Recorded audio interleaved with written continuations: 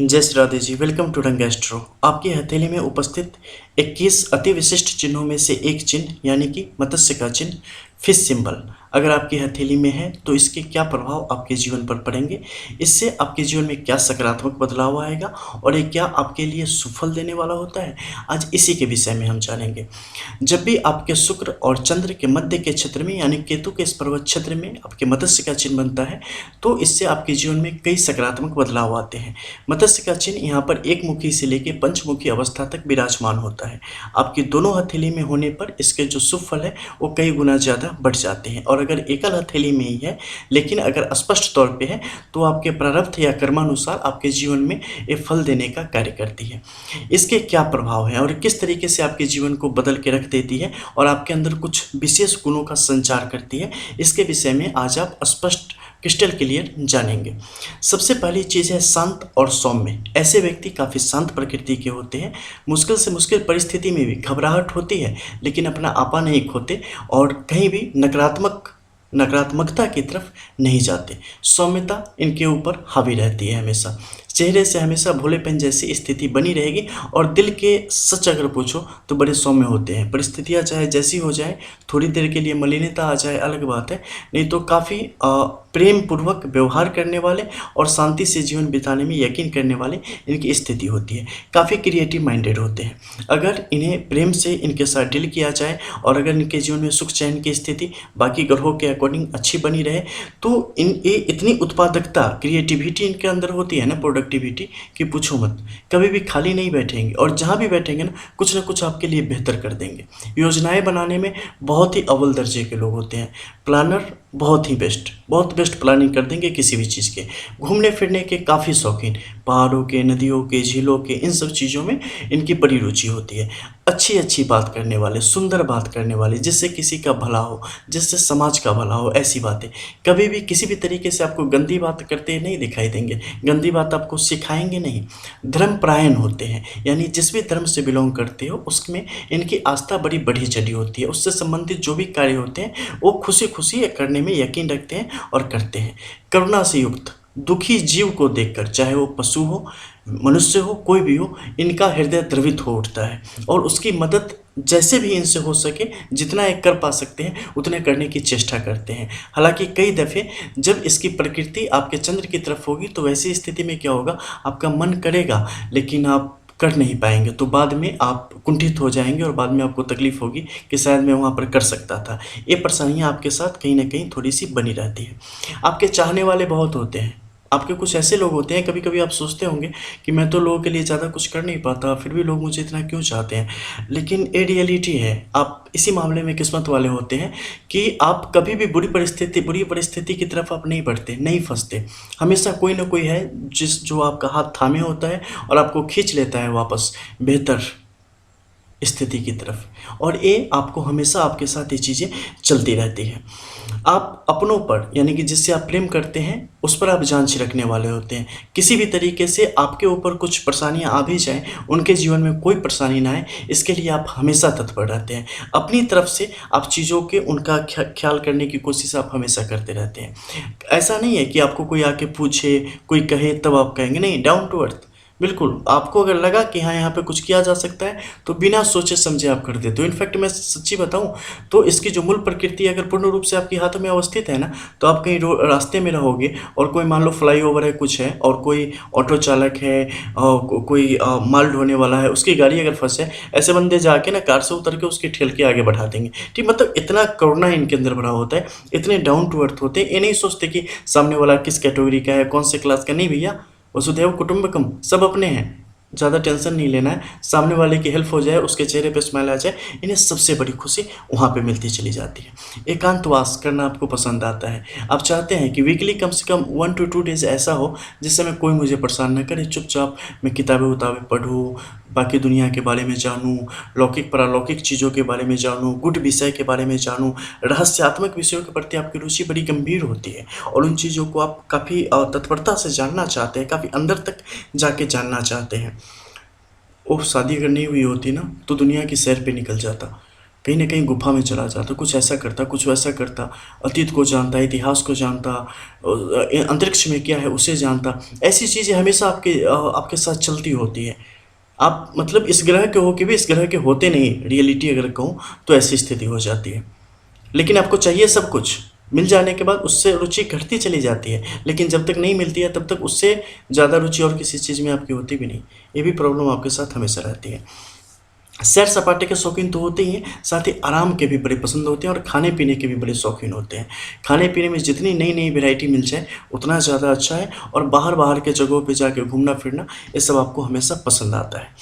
Sharp minded होते हैं, चीज़ों को पकड़ लेते हैं, क्या चल रहा है, सामने वाले के मन में क्या चल रहा है, वो क्या बताना चाहता है, क्या छुपाना चाह रहा है, आप जान जाते हैं, लेकिन मंद मंद मुस्कान के साथ चुप रह जाते हैं और उन्हें जिसमें खुशी हो वैसी चीज़ें कर देते हैं। लेकिन ठीक इसके विपरीत, अगर आपको पता चल जाए कोई सामने दुष्ट है और आपने उसके खिलाफ कुछ नहीं किया है, लेकिन फिर भी वो आपको नीचा दिखाने की कोशिश कर रहा है या आपसे जलन की भावना उसके अंदर या जेलियस हो रहा है, तो ऐसी स्थिति में वो और कितना अच्छे से जल पाए इसके लिए आप भरपूर कोशिश करते हैं। आप पूरी माचिस डालेंगे, आप पूरा ऑयल डालेंगे ताकि बेचारा जल के ना भस्म ही हो जाए, तो उसमें आप कहीं से पीछे नहीं रहते। हालाँकि कोई तकलीफ़ में आ जाए तो फिर आपका रोना शुरू होता चला जाता है।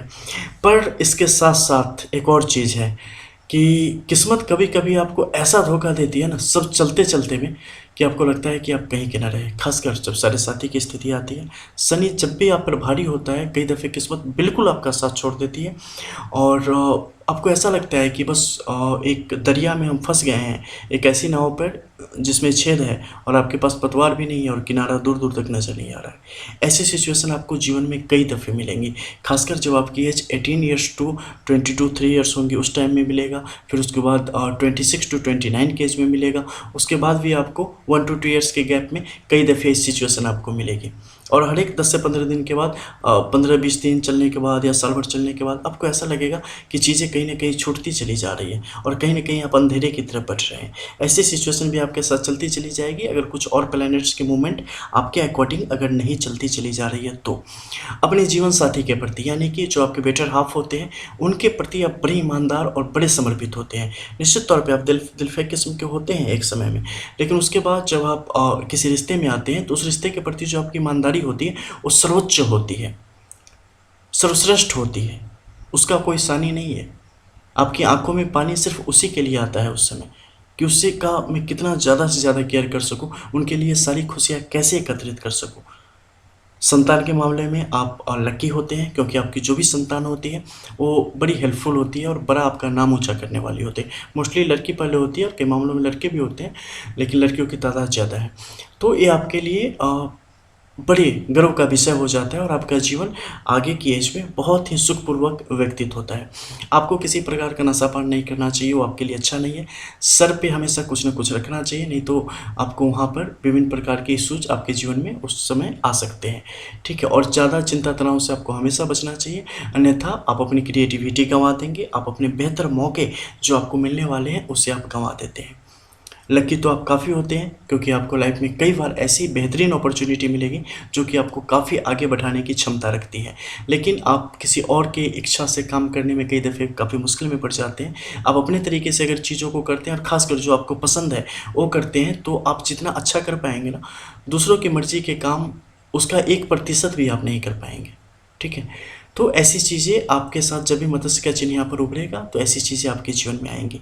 इसके अलावा भी और बहुत सारी चीज़ें हैं, कभी और डिटेल में जाएंगे या किसी की पाँव ऐसे एनालाइज करेंगे तो आपको बताएंगे कि बाकी प्लैनेट्स के कारण इसका प्रभाव किस तरीके से कम या ज़्यादा हो सकता है फिश सिंबल का, उसके बारे में आप जानेंगे। बिकॉज देखो, एक लाइन के बारे में जब हम बात करते हैं ना तो उसके जो पॉजिटिव पॉइंट्स हैं या जो निगेटिव है उस पर बात करते हैं, लेकिन जब एक पूरी प्लेट की बात आती है ना तो उसके बाद ओवरऑल देख के और तब फाइनल प्रेडिक्शन होती है कि हाँ ये इसका इतना गुण है, लेकिन सामने यहाँ पे अगर वर्ग है या क्रॉस है तो इसके कारण अब इसका गुण कितना ज़्यादा बढ़ जाएगा या कितना कम हो जाएगा।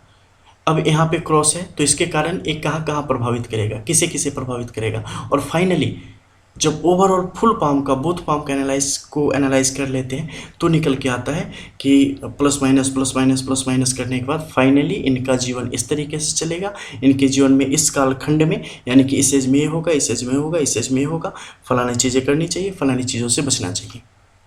वो फाइनल प्रेडिक्शन होती है। सिंगल लाइन में तो बस लाइन की बात होती है ना।